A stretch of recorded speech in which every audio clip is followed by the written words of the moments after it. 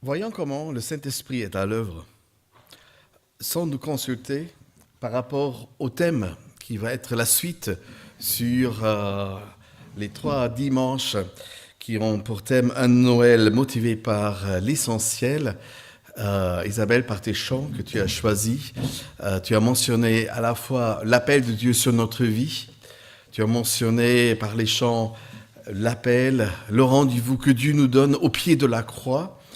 Et à la fin, nous avons chanté le salut. Et c'est exactement le thème d'aujourd'hui. Noël, un temps pour le salut.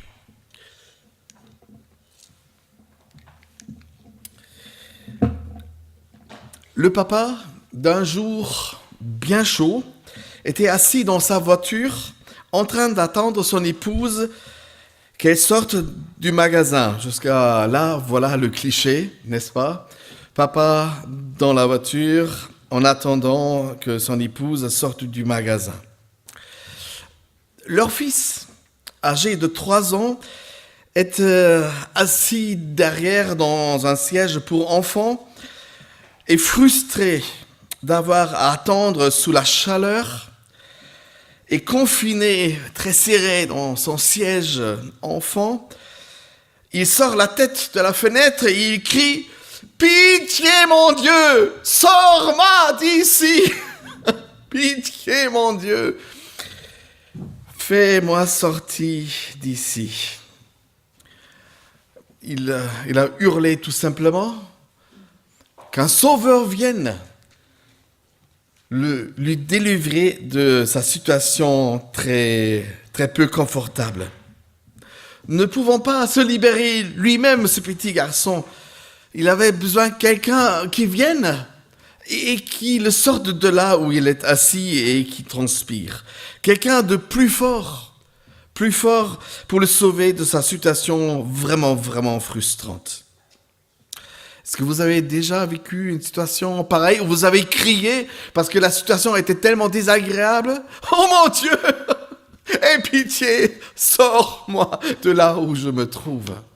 Déjà quelqu'un a prié une telle prière, peut-être pas dans les mêmes paroles, mais en tant que moi, je ne compte plus. Nous l'avons tous là ressenti un jour ou un autre.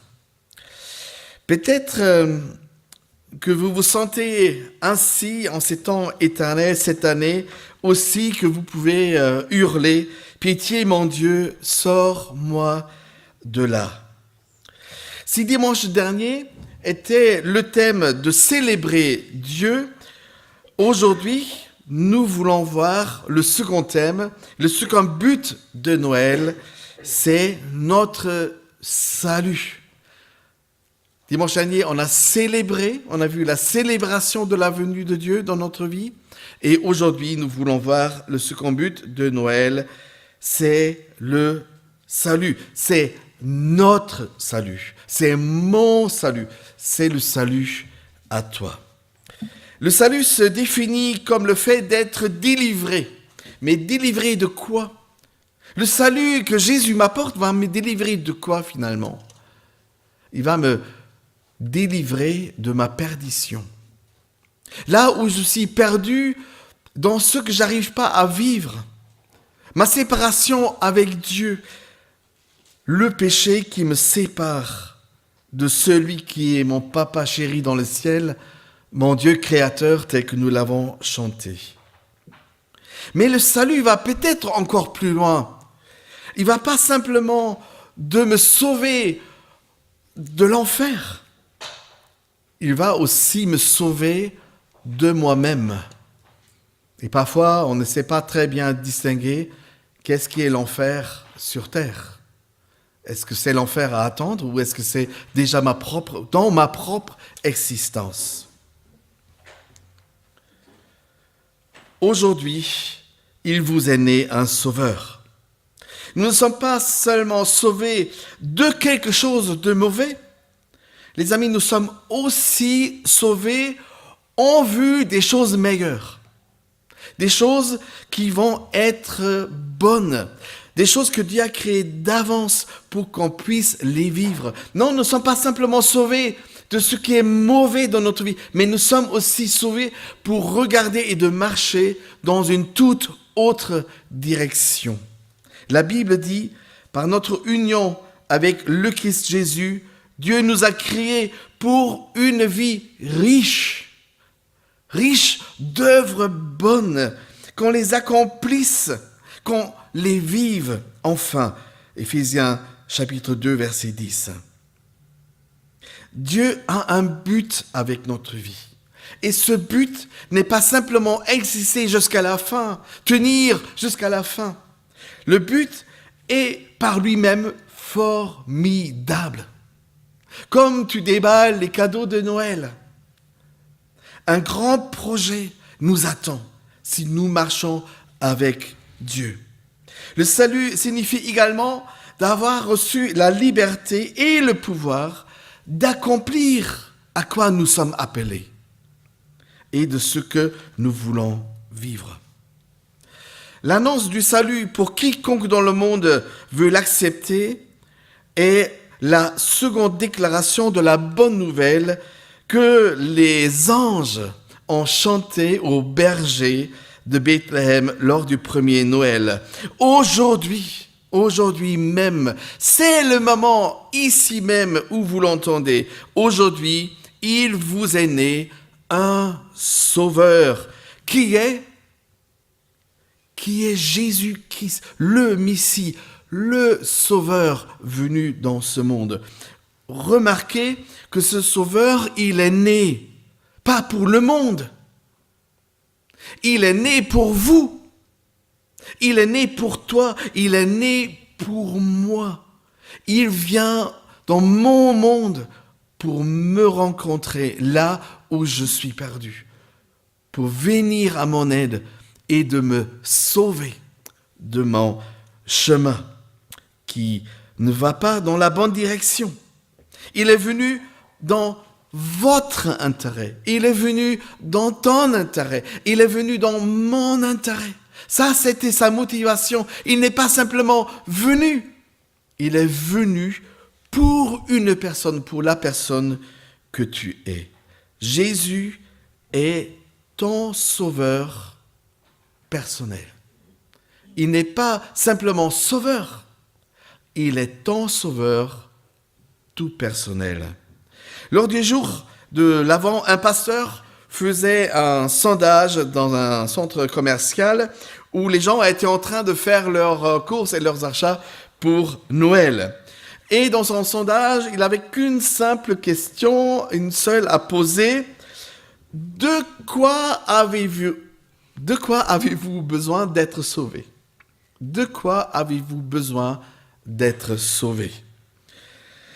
Les réponses qu'il a entendues étaient bien variées. De quoi les gens ont eu besoin d'être sauvés? Certains disaient des soucis. Et il y en a des soucis, n'est-ce pas? Si quelqu'un pouvait nous sauver de nos soucis. D'autres ont dit, j'ai besoin d'être sauvé du coût de mes achats et de ma dette, de mon crédit que j'ai pris pour Noël. Ouais, on se voit presque là avec un gilet jaune. Des gens qui m'ont blessé, j'en veux être sauvé, disaient d'autres. De mon passé, c'est comme si je ne peux pas m'en séparer. J'en ai besoin d'être sauvé de mon passé dont je ne peux pas me séparer. D'autres disaient, j'ai besoin d'être sauvé de mes mauvaises habitudes. J'ai besoin d'être sauvé de mes mauvaises habitudes. Et d'autres disaient encore, j'ai besoin d'être sauvé de moi-même. J'ai besoin d'être sauvé de moi-même. Quand les gens pensent au salut spirituel, ils ont souvent une conception étriquée, trop étroite. Ils pensent que le salut, c'est me sauver de l'enfer. Peut-être vous le pensez pareil. Si Jésus-Christ est venu, c'est pour me sauver de ma propre perdition. Là, au bout du chemin où je vais être définitivement perdu si je n'avais pas rencontré Jésus sur ce chemin. Mais Dieu offre tellement plus qu'une simple assurance incendie contre l'enfer en envoyant Jésus pour devenir notre sauveur. Jésus est venu pour vous sauver du péché qui vous sépare de Dieu. Et, je me permets d'ajouter, il est aussi venu de nous sauver de nous-mêmes. Vous êtes peut-être en train de vous poser cette question, mais Jésus est venu pour me sauver de moi-même. Mais qu'est-ce que ça signifie? Et comment est-ce possible? Eh oui, il se peut que vous êtes à vous-même la source de tous les problèmes. En tout cas, d'un grand nombre de problèmes qui composent votre vie, notre vie. Même quand d'autres personnes nous ont, à l'origine, créé des problèmes dans notre vie, en général, ce sont nos réponses, ce sont nos réactions, des premiers réflexes instinctifs qui empirent souvent ces problèmes. Et aux problèmes que je reçois, je les empire encore.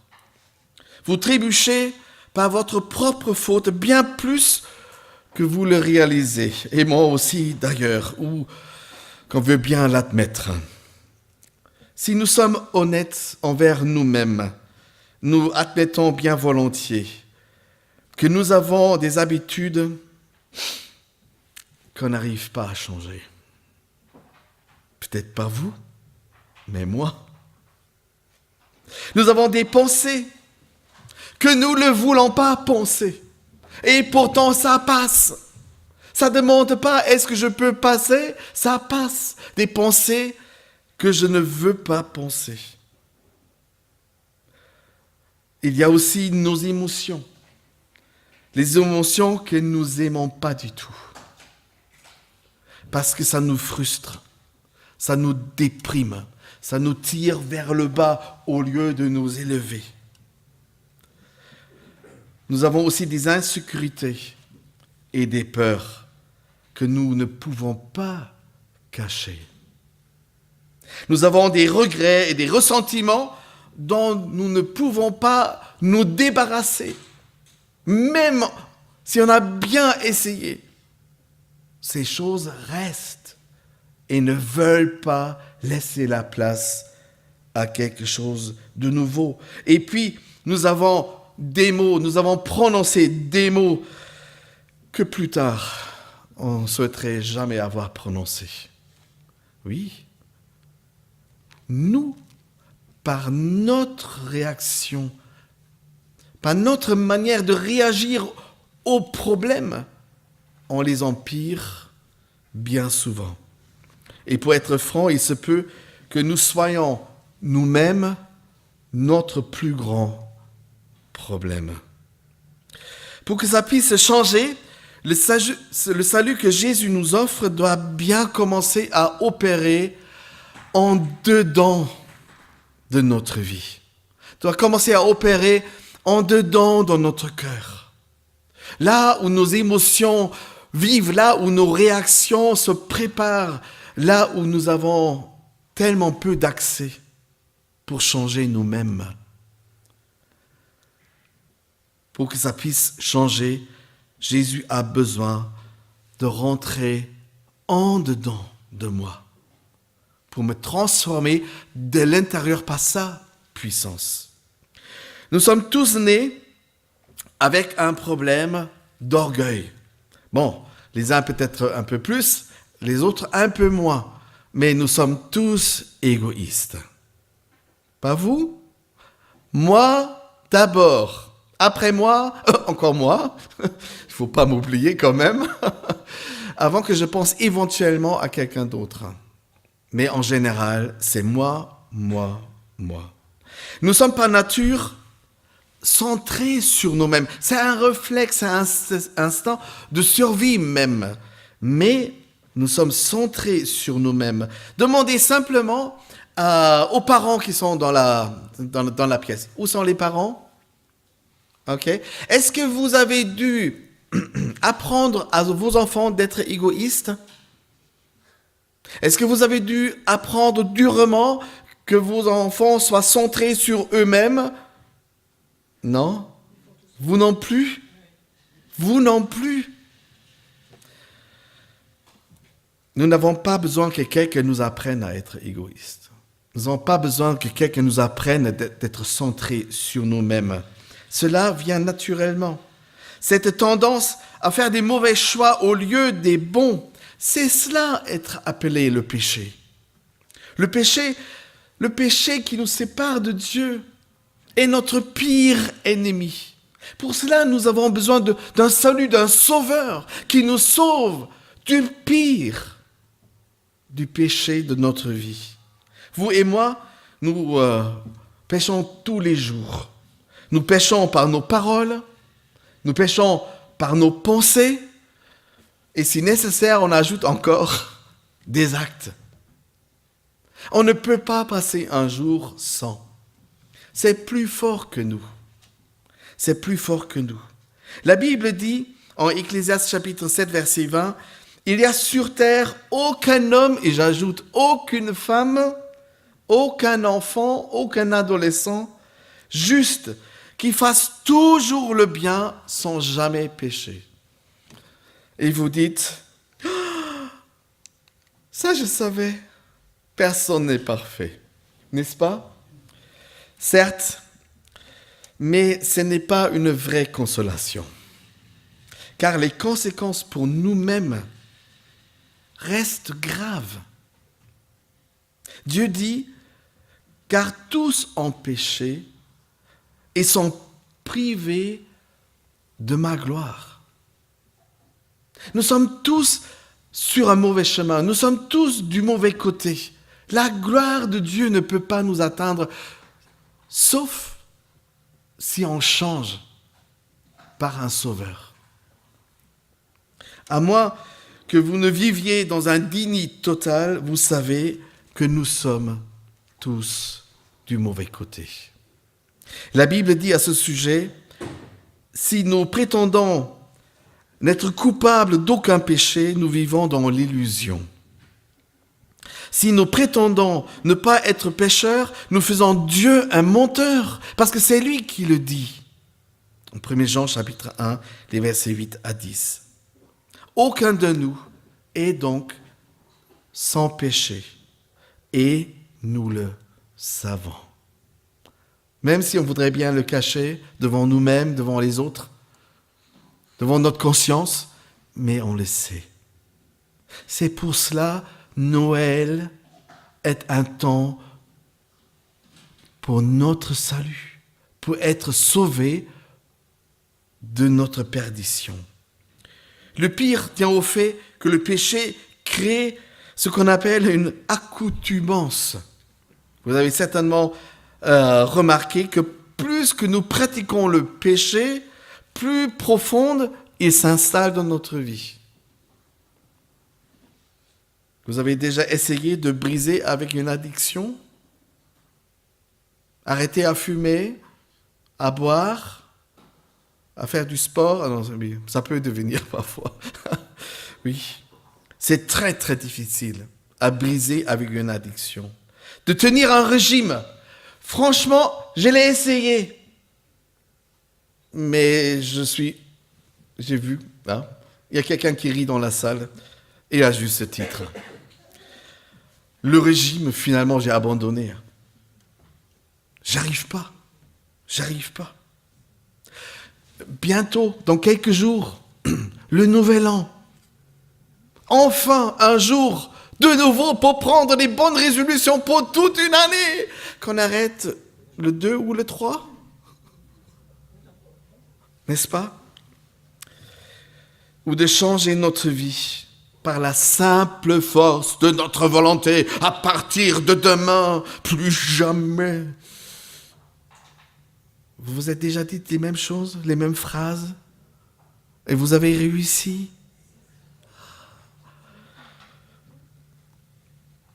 Nous savons à quel point ça peut être frustrant. Là, je pense au petit garçon dans son siège enfant auto, dans la chaleur. Dieu, aie pitié, sors-moi de là.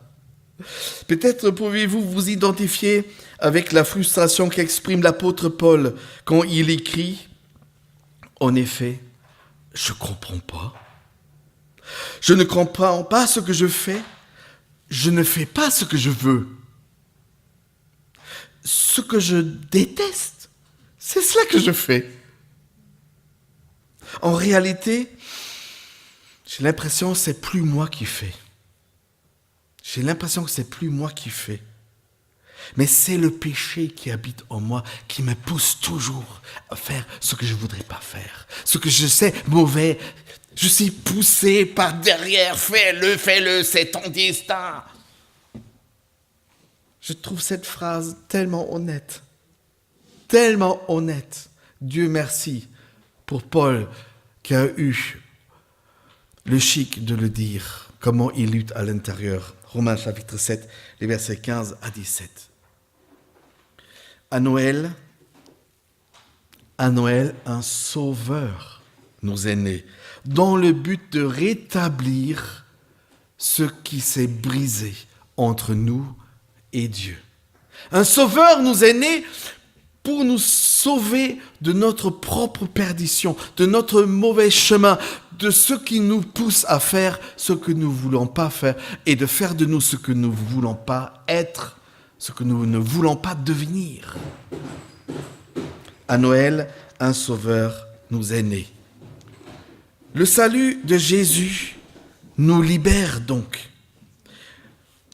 La Bible dit, « Du fond de ma détresse, j'ai fait appel à l'Éternel. Au fond de ma détresse, j'ai fait appel à l'Éternel. Et il m'a répondu. Et il m'a rendu libre. Et il m'a rendu libre. » De quoi Jésus propose-t-il de nous libérer? Il me libère d'abord de la culpabilité de mon passé. La culpabilité est le prix mental que nous payons lorsque nos transgressions atteignent nos consciences inspirées par Dieu. Dans la vie, nous savons que si nous enfreignons la loi, nous devons payer une amende. Dernièrement, en direction de Brême, en Allemagne du Nord, un virage à Lille de 80 à 70. C'est pas grand-chose. Sauf que c'était dans un virage, dans une pente majeure. Flash! Je l'ai vu dans les rétros. Et à juste titre, j'aurais dû respecter les panneaux ou au moins les voir, n'est-ce pas? Nous savons que quand nous transgressions les lois, mais il faut payer. Il faut payer une amende. D'ailleurs, c'est la Bible qui dit, c'est le salaire que verse le péché. Et c'est la mort. C'est pas simplement une petite prune. C'est pas une amende. Le salaire que verse le péché, c'est la mort. Mais Dieu merci, le don de Dieu, le cadeau de Dieu, le cadeau de Noël est que nous pouvons avoir le don gratuit, la vie éternelle, grâce au Sauveur qui est venu à notre rencontre. Quand Jésus est mort sur la croix, c'est lui qui a payé. C'est lui qui a payé tout ce que nous avons fait de mal, tout ce que nous faisons aujourd'hui de mal et ce que nous ferons encore en mal. N'est-ce pas un cadeau énorme? J'ai payé pour toi, pour que tu puisses être libéré de ta propre perdition. Ce n'est pas le plus beau et le plus grand cadeau de Noël que vous avez jamais reçu. Celui qui était innocent de tout péché, Dieu l'a condamné comme un pécheur, mais à notre place, pour que dans l'union avec Jésus, nous soyons justes aux yeux de Dieu, dit l'apôtre Paul en 2 Corinthiens chapitre 5, 21. Le pardon de Dieu est bien. Écoutez bien, le cadeau de Dieu, ce pardon est bien plus puissant que toutes nos erreurs et tous nos péchés réunis. Notre ardoise, n'est-ce pas, qui jusqu'à aujourd'hui, c'est bien alourdi, est effacée. Un simple geste, comme effacé. Notre ardoise, par le pardon reçu de Jésus, a été nettoyée comme avec un chiffon qui passe dessus. C'est pour cela que nous avons besoin d'un sauveur. Et Jésus dit, si le Fils vous libère, si moi vous libère, croyez-moi, vous serez vraiment, vraiment libre. Ça serait la coupure totale. Il y a salut et plus perdition. Jean chapitre 8, verset 36. Vous comme moi, nous avons besoin du pardon et d'une profonde transformation de notre vie. Voilà le sens de Noël. Pour que notre vie puisse être transformée, que Jésus-Christ est venu. Le jour de Noël, Dieu est venu sur terre sous une forme humaine dans la personne de Jésus.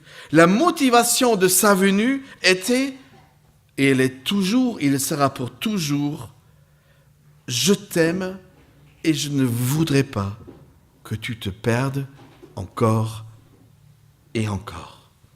Je voudrais que ça s'arrête et que le salut devienne un nouveau départ dans ta vie.